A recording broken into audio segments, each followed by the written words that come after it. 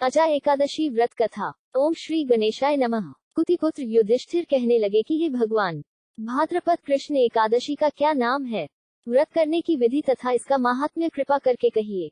मधुसूदन कहने लगे कि इस एकादशी का नाम अजा है। यह सब प्रकार के समस्त पापों का नाश करने वाली है। जो मनुष्य इस दिन भगवान ऋषिकेश की पूजा करता है उसको वैकुंठ की प्राप्ति अवश्य होती है। अब आप इसकी कथा सुनिए। प्राचीन काल में हरिश्चंद्र नामक एक चक्रवर्ती राजा राज्य करता था। उसने किसी कर्म के वशीभूत होकर अपना सारा राज्य व धन त्याग दिया, साथ ही अपनी स्त्री, पुत्र तथा स्वयं को बेच दिया।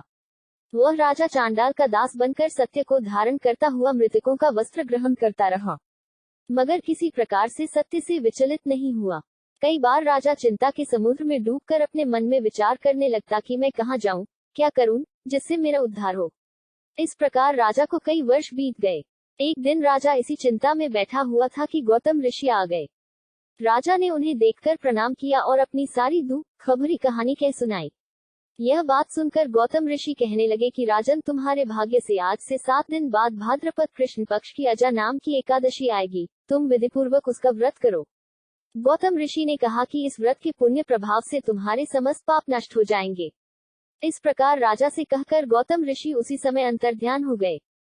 राजा ने उनके कथनानुसार एकादशी आने पर विधिपूर्वक व्रत व जागरण किया। उस व्रत के प्रभाव से राजा के समस्त पाप नष्ट हो गए। स्वर्ग से बाजे बजने लगे और पुष्पों की वर्षा होने लगी।